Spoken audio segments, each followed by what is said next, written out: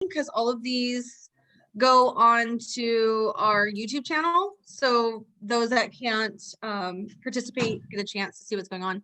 So we're just giving you a heads up. If you don't want your face on camera or anything, you're more than welcome to turn your camera off. But we're recording now. But anyways, I'm not going to do a huge intro again, since, you know, many of you guys are the same folks that we had on Tuesday. But basically, we're continuing our Meet the Professor series.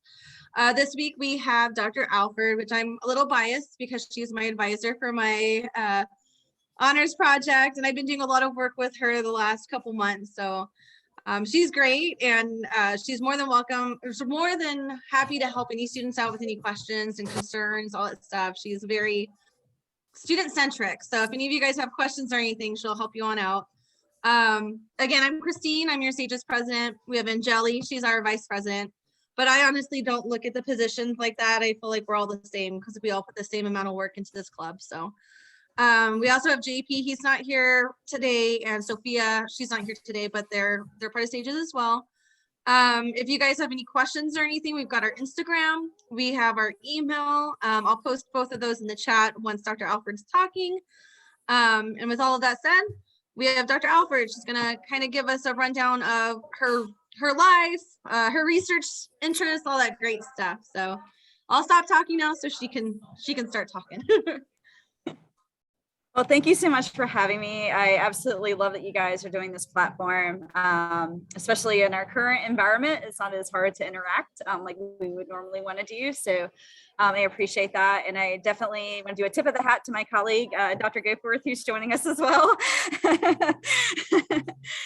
So yeah, I'm going to share my screen and just kind of give you a little background about who I am. Hopefully it's relatable to some of you guys, but really at the core of why I became a professor is because I had wonderful professors.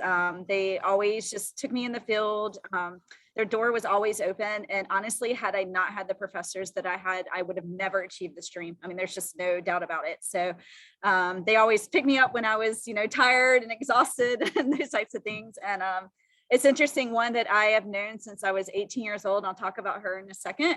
I still talk to her today. She still helps to inform my decisions and navigate me in so many different ways. So I definitely speak on behalf of my colleagues in the department that we see this as a lifelong relationship and not just something that you get us for a couple of years and you keep going. But my official title is associate professor. So I just became tenured, yay, and big thanks to my colleagues and all that support. But in the Department of Geography and Environmental Studies, obviously, as you guys all know, and sorry for any background noise, I'm trying to hide from my kids and then I get other noises. So it's one or the other. But I also serve in a couple of other roles on campus. And one is with the Office of Community Engagement, and then also with the Water Resources and Policy Initiative, which is on the 4th floor of the library. If you get off the elevator and go to the very far back to the left, they're tucked back there. They're actually an institution out of the Chancellor's office of the whole CSU system.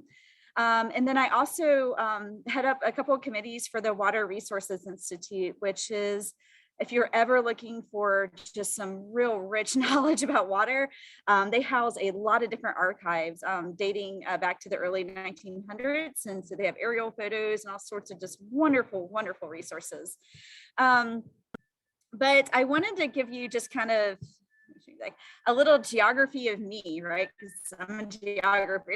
So that is not California. So you can probably tell by my accent that I am not from California. I'm actually from this little, what used to be a little town over here called Wilmington, North Carolina. And so if you're ever in Barstow and you're on I-40 and you see a sign that says Wilmington, North Carolina, 2,700 some miles, that's my hometown. So the funny thing is I ended up landing in a place that I am connected to through Interstate 40. But when I grew up there, it was a really small town. I-40 didn't connect to us. It's a coastal town. And it has a lot of deep roots in African-American culture, which I'll talk about in a little bit, which is kind of part of who I am and where I've learned from. But, you know, it's also the South. So it's also got some part of our history that's not so great. But some good things have come of that history. And so that's also kind of informed who I am. And so I've lived all over the state, and I'll talk about that in one second. But probably one of the most grounding moments I had was when my parents looked at us and said, "Hey, do you want to go live in California?"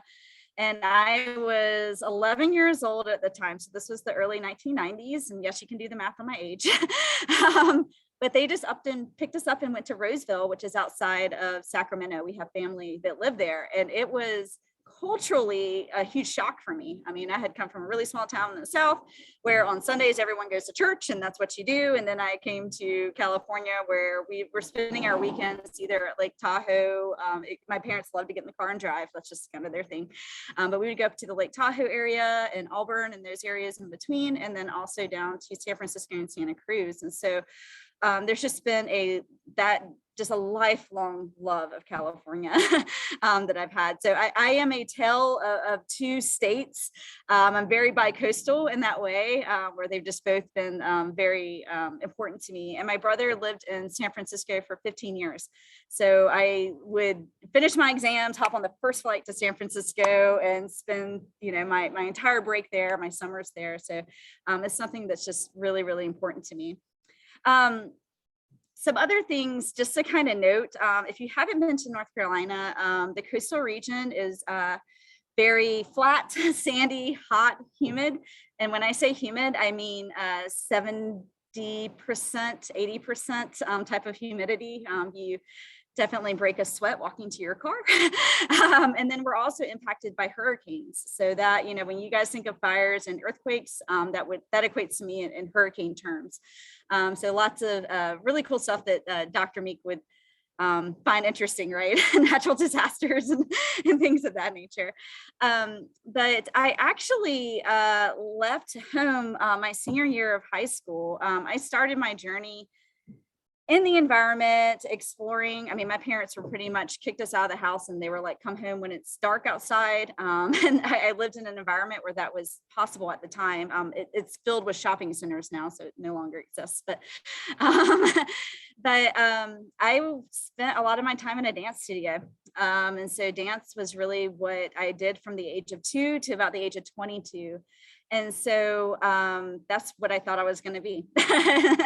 And so I actually spent my senior year of high school all the way, if you can see it, in Winston-Salem, North Carolina. And so I went to North Carolina School of the Arts, and the picture here to the bottom left was pretty much what I did 8 hours a day, 5 days a week on top of academics.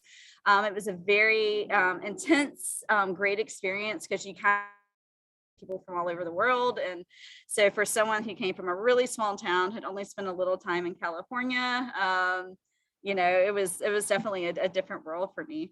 But unfortunately, I injured my leg. I had an Achilles tendon injury, and my decision, or I guess kind of the doctor made the decision for me that I could continue and walk with a cane for the rest of my life or find something else to do. And so I was really kind of torn. And so for undergrad, I decided to go to a school that had both dance, but I was really interested in the environment. I had some amazing high school teachers that would take us walking around urban environments to see, different wildlife and things of that nature. And so that was always kind of rooted in my passion.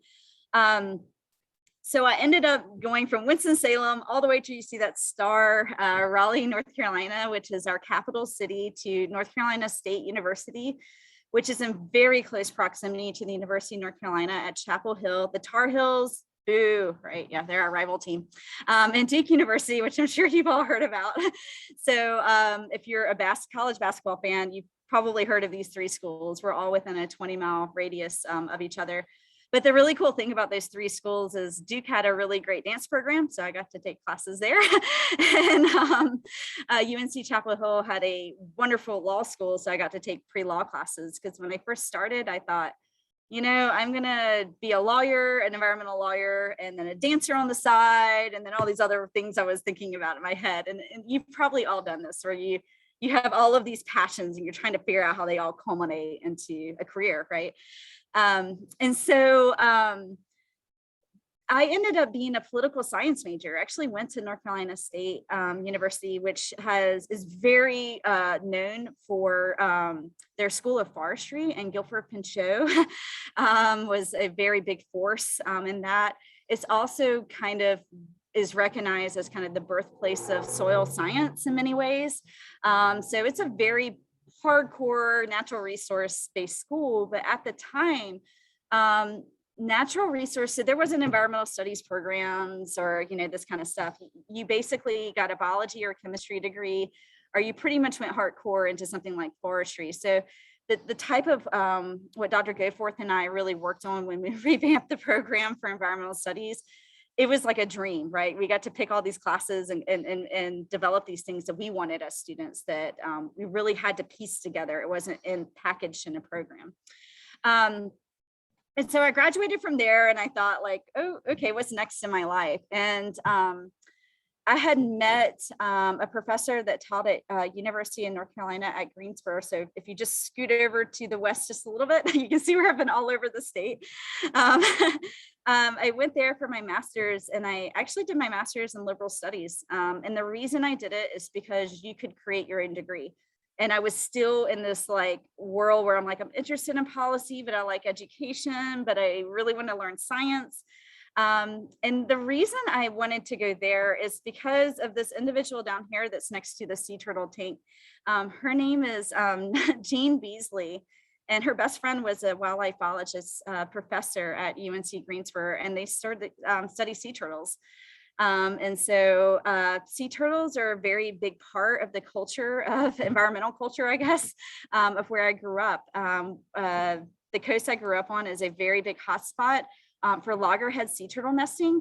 And so this was just like, okay, this is something like, I think I might be able to pull all this together. And so I really focused on the recreational and tourism aspects of the environment, and what draws people to these different types of environments. And it really kind of came full circle during COVID when more and more people were out going to parks and seeking these types of refuge, right? Where we were so sick of being inside of our homes. So I completed my master's there, and then and I'll talk a little bit more about kind of my jobs, but just remember UNC Greensboro. It's also a very special place for the history of North Carolina. It's the birthplace of civil rights. And so we have a United Nations International Human Rights Museum there. There's multiple schools there, many of which are what we call historically Black colleges, or HBCs. So just a very, very dynamic arts and music scene, an amazing jazz and underground hip hop scene. And so those are things I just love, right? But other places I spent a lot of time, and I ended up going back to UNC Greensboro for my PhD, which I'll talk about a little bit later. But when I wasn't driving all over I-40, I was also spending time in the western part of North Carolina, where the Great Smoky Mountain National Park is located, in the Nantahala National Forest. And so the Great Smoky National Park is actually the most visited national park in the nation, or was recently ranked that the past couple of years. I'd love to see the numbers now post-COVID.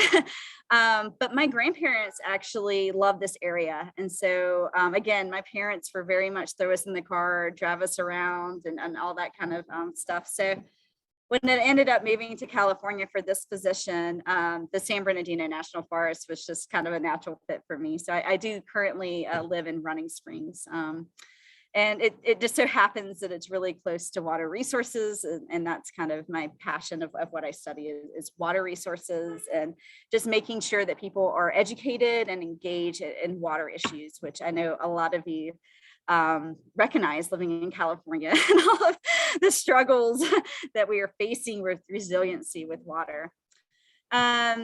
But if you look at my interests, it's quite the collage, right?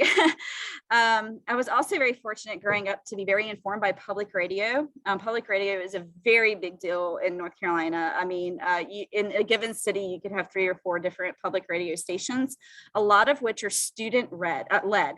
And so students are creating those types of environments. And So along the way, I really started to learn a lot about jazz music, in particular, hip hop, stuff like that. So this African American culture that was really important to me growing up, and a lot of the people I went to school with and things like that were also, that was kind of a bridge for me to start learning more about that community.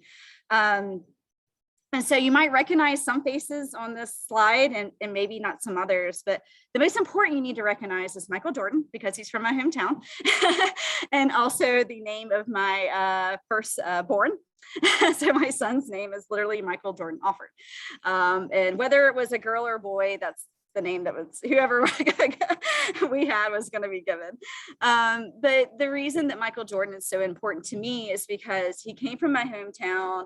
He really had to work hard and was told so many times that he would never be what he wanted to be. And I got that story said to me so many times, not only as a woman of the South, but also because I didn't come from an affluent family. So having opportunities was extremely limiting in the town that I grew up in. You essentially had 3 rich families and their kids got all the opportunities and their offsprings, right? These bigger, larger families. But you know, within all of this and learning from all of this, I wanted to highlight just a couple of other people that really influenced me. And you guys might know the 2 female faces here, or not, you should listen to their music, but Roberta Flack and Nima Simone are both from North Carolina.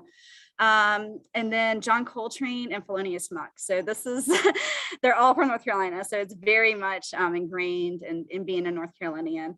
But on the top right is Frances Taylor, which my daughter's middle name is Taylor. She was one of my favorite dancers growing up. She ended up marrying Miles Davis, as a little history.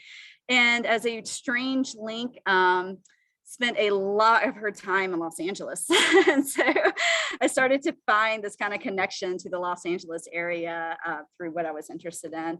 And then of course, here on the bottom, we have Alvin Ailey, which is my favorite dance company. I always dreamed of dancing with them. And I do it now online as an adult.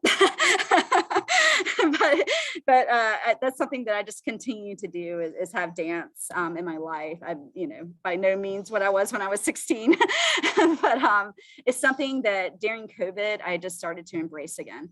I had put it to the side. I had just really run my life around other people. And I realized that, you know, during this time that I needed to bring that back into my life. So that's something that I do once a week, and my daughter takes classes with them too. So it's super cool to have that kind of bond with her now.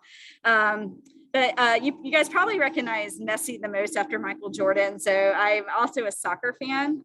This bottom picture here is the town that I grew up in. It's a port city. And so my family's a soccer family because ships would come in from Europe, particularly from Liverpool, and the people on the ships would play soccer with my dad. So, you know, it's just another kind of like cool international connection being in a super small town that did not seem international by any stretch of the imagination. So this a lot is just kind of a lot of how I kind of think of the fabric of me. You know, if I were to create a quilt or something, these types of things to be part of it. But I've also had some amazing mentors that have guided me throughout my life. Growing up where I did, it was pretty much you got married, you know, maybe straight out of high school, you maybe went to college, but when you got out of college, you started having kids and you got married, and that was kind of the process. And I was just very fortunate to be surrounded by people that didn't necessarily you know, push me in that direction. You know, it's pretty much just go explore, you know, go find yourself, do these types of things. And so after I got done with my master's, I didn't really know what exactly I wanted to do with my life. But I knew I really had a passion for environmental education. And so fortunately, the university I was at had a position for an environmental education coordinator through the Office of Recycling. Of all places. And so I ended up learning a lot about waste and recycling, and that really got me into sustainability, because at the time, again, so this is like early 2000s, we're just starting our first like national sustainability organizations. So some of you that are involved with the United Nations know the Rio, you know, of course, summit in 92 was really when we start to like have some context around sustainability. So it was just such a cool time to be part of that. And then it turns out that I was really, really in love with a kid from my 3rd grade class, and he was back down in Wilmington where I grew up. And so who I married, and we have kids now, so it all worked out. But I got a position at the North Carolina Aquarium at Fort Fisher, and I ran their volunteer and sustainability program there. So from the fish tanks, I got to feed alligators, and I actually took an alligator to the vet one day, the broken femur. But I was looking at the operations of how, when you're educating people, like, are you being sustainable, or are you, do your operations actually speak to what you're educating? And so that was a wonderful experience. And then probably if I didn't have this desire to go back and get my PhD and be a professor, the next position with the Soil and Water District was probably where I would have stayed, right?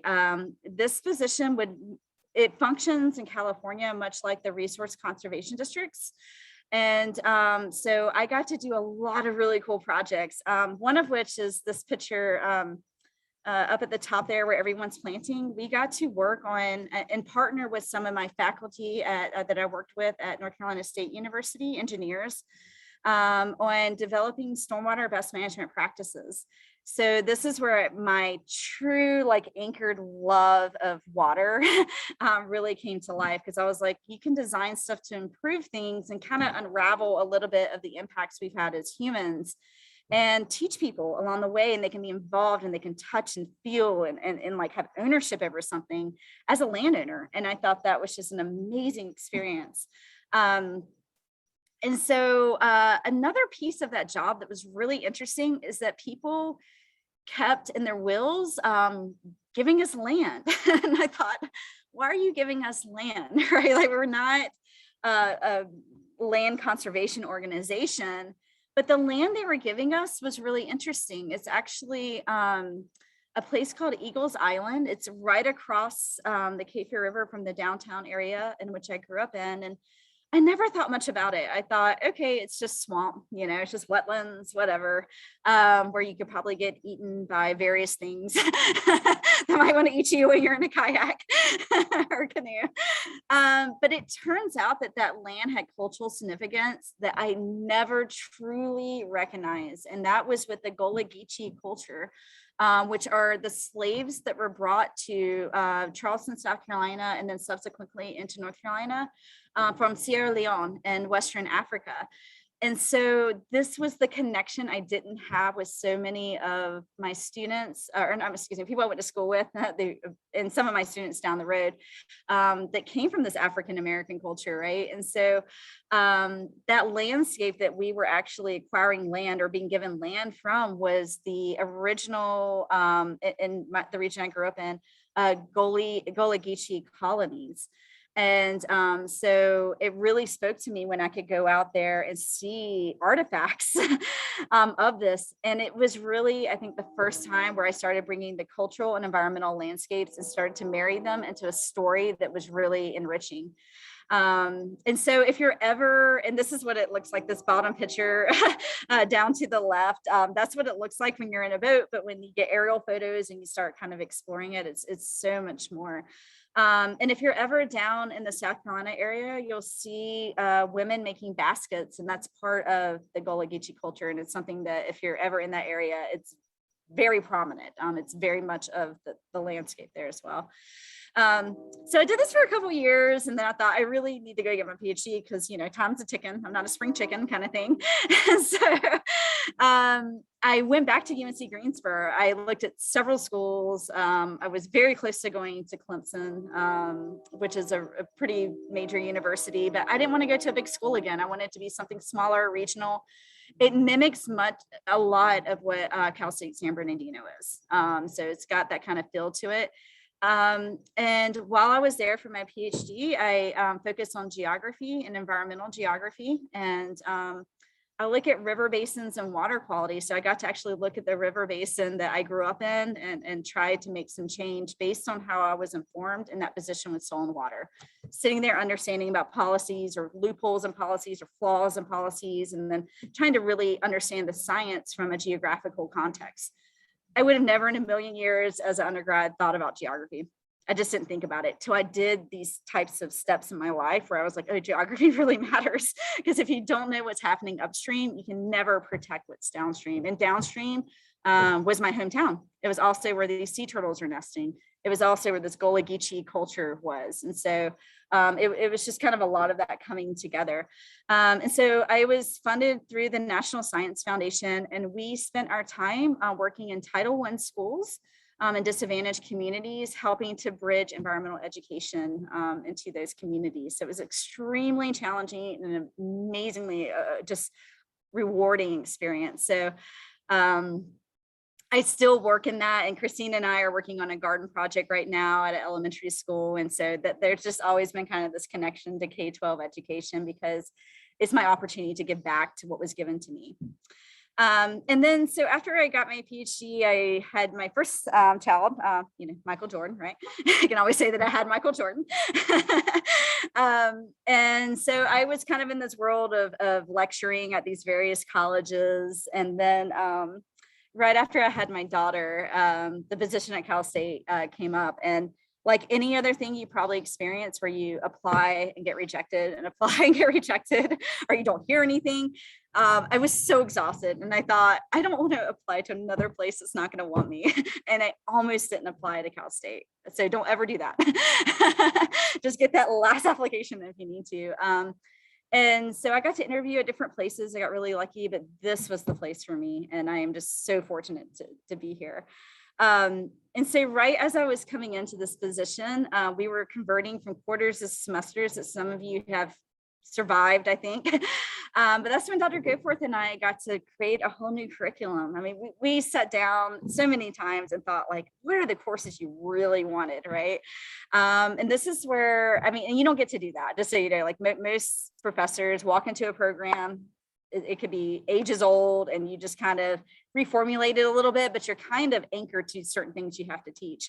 And this was just an amazing opportunity. And many of my friends and colleagues just can't even believe I had this opportunity right up front coming into a position. And so the courses I typically would teach are hydrology or watershed science management. That typically happens in the spring, when we have water to look at.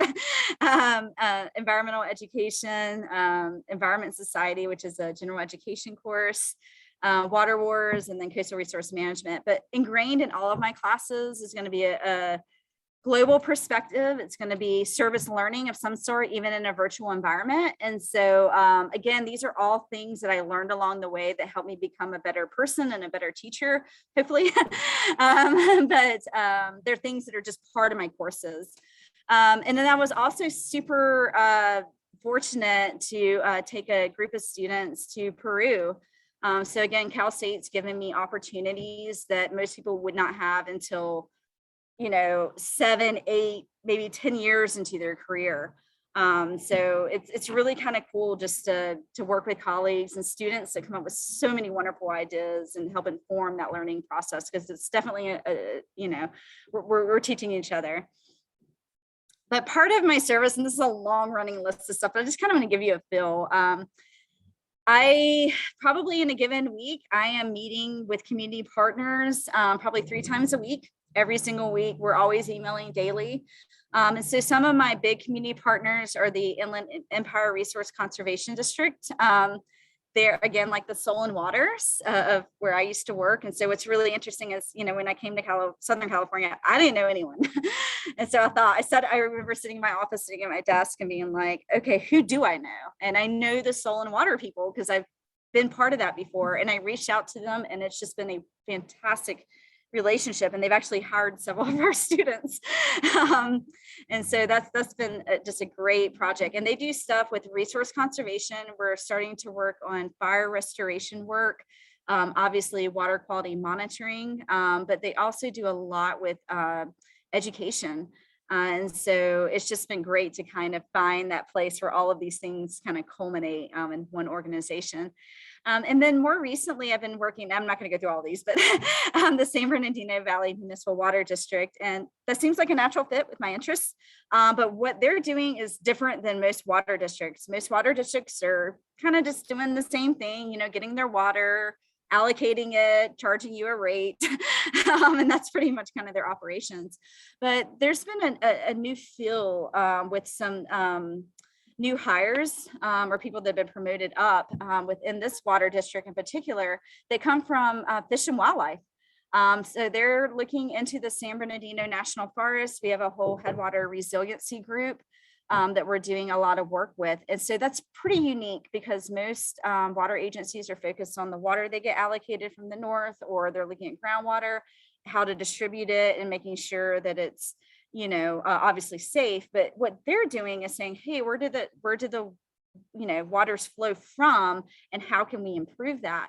And that's exactly what a lot of my field research is on headwater streams, because if the headwaters, you know, flowing down into the Santa Ana are in bad shape, then nothing downstream is going to be protected. And so again, geography coming into play with that.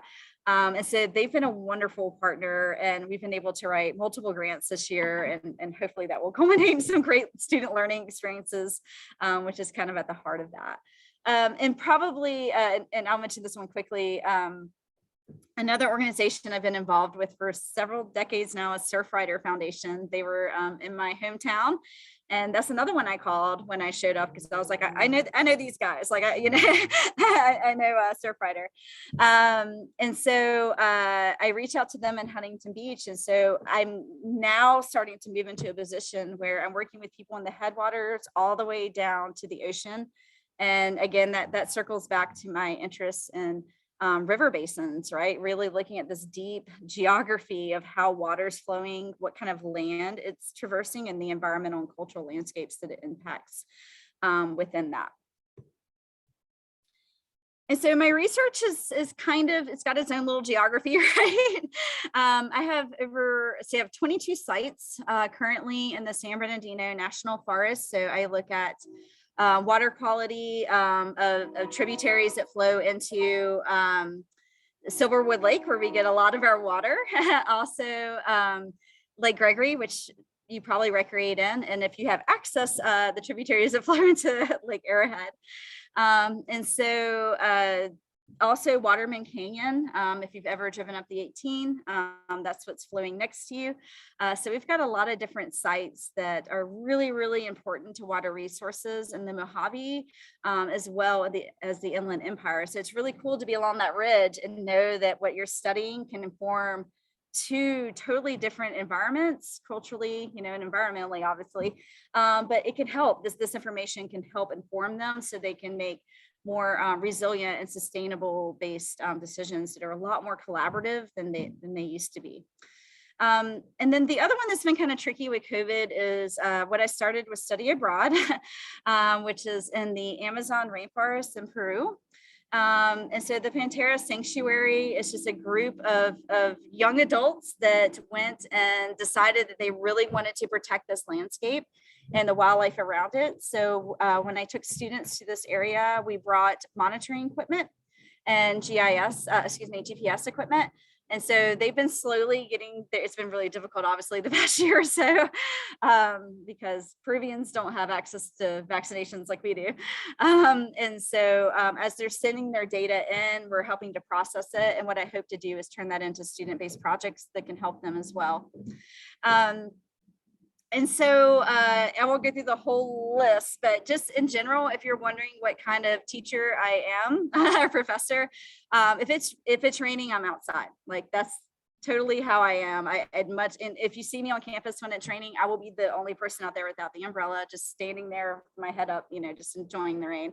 But I love being outside. I much rather be in a position where I can show you and you can touch and feel and create that own kind of knowledge, sensory knowledge. Because for me, exams are really hard. I'm not the best test taker. I get a lot of anxiety. And so having an environment which I can remember, you know, that feeling or seeing something was how I got through 12 years of college, quite honestly. But some other projects that I'm starting to work on is a collaboration with the University of North Carolina at Greensboro, which I came from, with some of my former professors, which is really exciting. We're looking at various National Science Foundation grants where we can bring students from our campus to their campus and them out to us, and we can learn from each other and really kind of understand perspectives, which I think is extremely important given everything that's gone on culturally this last year or two. But wrapped into what I'm starting to really explore more is Indigenous and tribal perspectives about the environment and how that can inform better management and policy.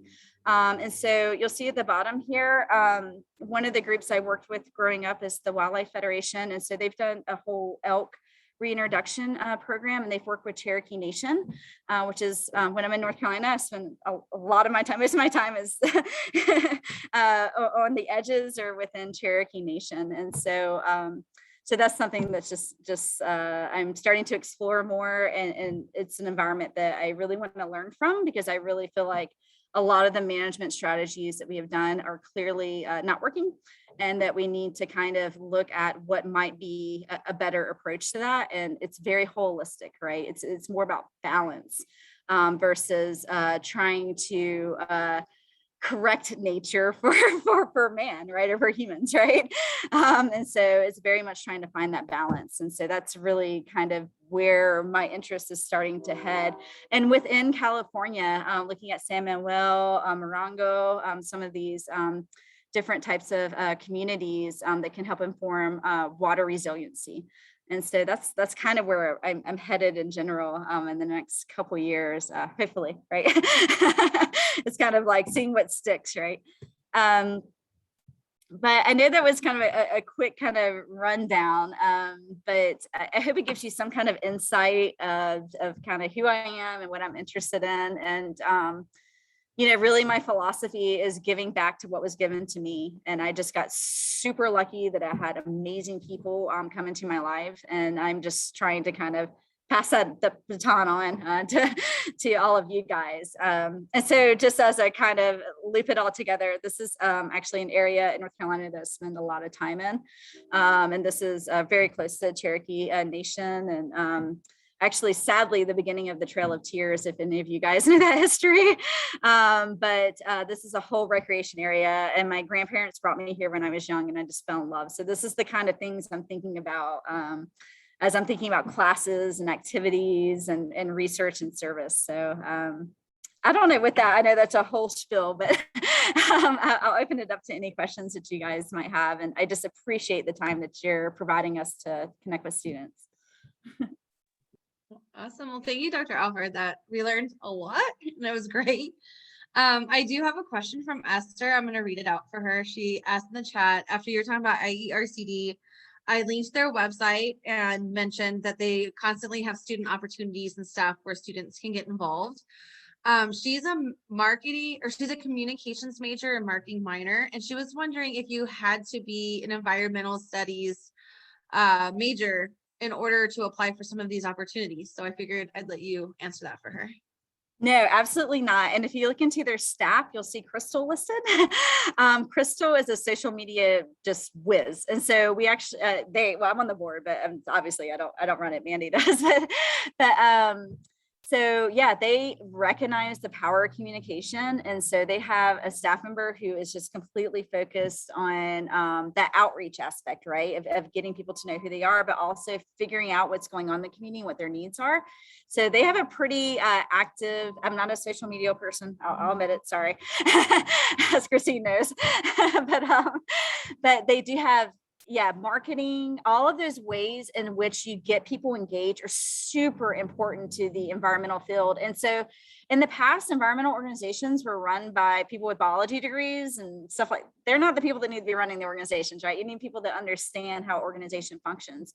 And so if you look at IERCD, look at the background, and you're going to notice some people you probably had classes with that are now hired, but they have such a rich, diverse background, and that's what makes them so successful in the programming that they do. So yeah, communications, marketing, statisticians, I mean, all of that kind of stuff is super helpful.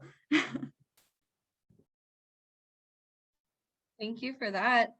Does anyone else have any questions? Because I feel like I'm kind of talking over everyone. So I want to make sure everyone gets an opportunity to ask their questions. Go ahead and unmute yourself and speak up if you wanted to ask anything. Sorry, I'm out in public if there's a lot of noise, but I wanted to thank you. And that was my main concern, was that I was afraid I wouldn't be able to apply because of my major or minor. So I'll look more into it. So thank you both. Absolutely. Don't ever, and when you guys are looking at internships and you're like, I'm kind of that, but I'm not, just reach out to someone within that organization and they'll help describe it more. A job description can be super flat and they may have things where they have to say certain keywords or whatever, but it's a much richer experience than that. So please don't hesitate to reach out to those organizations. Most people are extremely quick to respond and happy to speak to you. And I'm always happy to help you connect with, if there's anything that's interested, I'll be happy to be that olive branch and then make that first connection, because I know it can be kind of scary as a student to reach out to someone, to the unknown, right?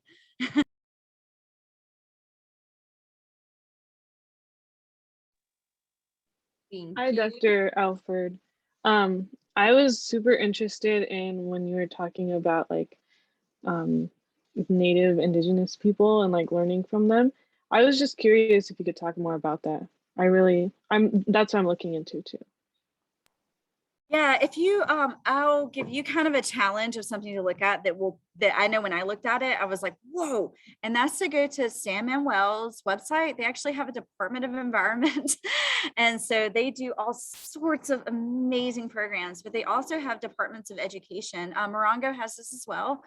If you're interested in that area, Pachango as well, closer to San Diego, but they have departments that they have archaeologists, they have air quality specialists, they have all these different types of people. But what's so cool is that they take that knowledge and blend it in to their K through 12 and public education. So they've got this connection that I'm seeking to make more robust in the work that we're all doing at Cal State. And so, I will say that there's a different level of relationship coming into that I'm still kind of meandering, which is honestly, I'm a white chick, right? Coming into a tribal community, right? And so the key to that is just really being open-minded, being willing to volunteer, right? Just showing up. And when you show up and you're showing that respect of their time, it's going to open up a lot of doors. So I would say that volunteering is the key first step. And they have a lot of events like powwows and things like that, that you could just volunteer, or cleanups. I mean, they do cleanups and stuff like that along the creeks and that. And so I think when you start showing up, they'll open up a lot more to you as far as their knowledge, and then including you and embracing you within their community. I also just Thank kind you of so wanted much. to That sounds really interesting. Oh, sorry. Oh, sorry. I'm Yeah, so sorry. I just wanted to piggyback too. I know I'm part of the transfer club on campus too, and one of our members in the transfer club is huge with the Native population on campus. And I know there's constantly meetings and stuff where they have different representatives come and speak on Zoom and all that stuff. I actually attended one last year. I'll try to get that information for you, because it was really eye-opening listening to some of the some of the talks and stuff there, if that's something interesting for you as well. And we're trying to put a speaker panel together. We applied for a grant through the Intellectual Life Fund to happen at the end of March, right before we start our Earth Month, where we're going to bring in an academic who's actually part of that community, but also people that work within that community that aren't necessarily part of that community, right? So maybe it's their archaeologists and stuff like that, but to really speak about their experiences and how they all work together.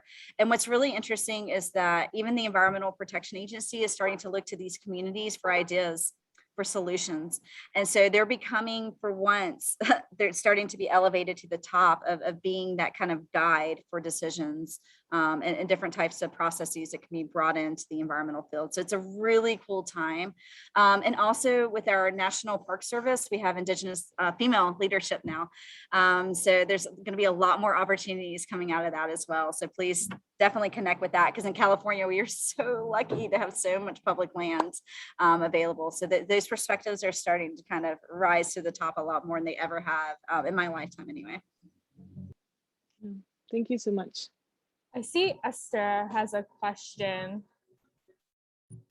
I wanted to know if I wanted to talk to you a little bit more, like one-on-one, if I could get like your information.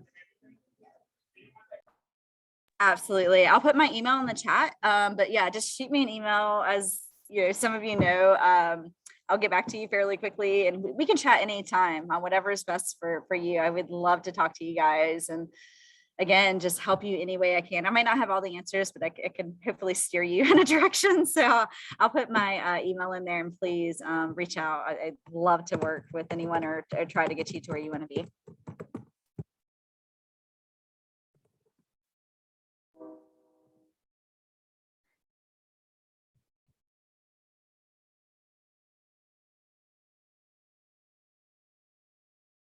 Thank you so much. Sorry, I wrote if it's like super loud, and I'm at Starbucks, so it's like super loud. Okay, I have a train right. I don't know if you guys have been hearing it too.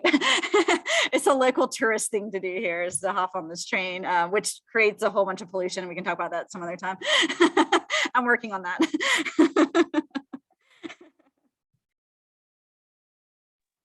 Awesome. Well, it looks like we're nearing the end of our time. Did anyone have any last minute questions before we wrap anything up? I just wanted to ask about the Sages group me. I think I sent the wrong email, so. Oh, okay. Send it again in the chat, and then I'll Okay. re-invite you. Okay. Thank you. I'm sorry.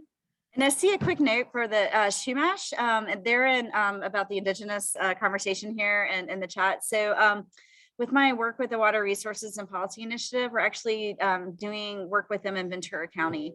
No way! Yeah, it's so super awesome. But again, we have to have someone from that community be the liaison. And so, yeah, so we're starting to, we bring in their perspectives into the type of research that we're doing. That is cool, because I've been planning to like reach out to them, and I want to do like a little Sages field trip up there too, and just make a day out of it, and then you know, just learn more and then go to Solvang right after and then go home. But yeah, I'll probably talk to you some more about that. I like that trip, the side trip to wine country real quick, right?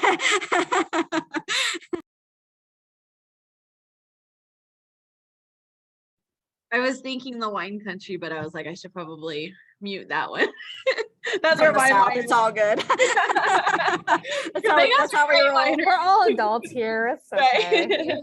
Jamelia, I sent that to you again. Sorry, it's loud in my background. Okay. But I sent another Sages group me invite, so let me know if you get it. If not, you can just email me and I can try it again.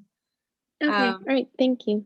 No, thank you. And thank you everyone who's been attending. I mean, we've got so many repeat, I can't really say faces because we're on Zoom, but we have so many repeat people, and this is amazing. And you know, we're hopefully helping out students with networking with some of these professors and stuff, because you get great opportunities just by getting to know the professors that you go to school with, right? And sometimes they might have some sort of internship or something available, and they're going to think of you the more you get involved in stuff. So I just wanted to thank everyone who showed up. I wanted to thank Dr. Alford because that was a great speech. We got to really get to know you.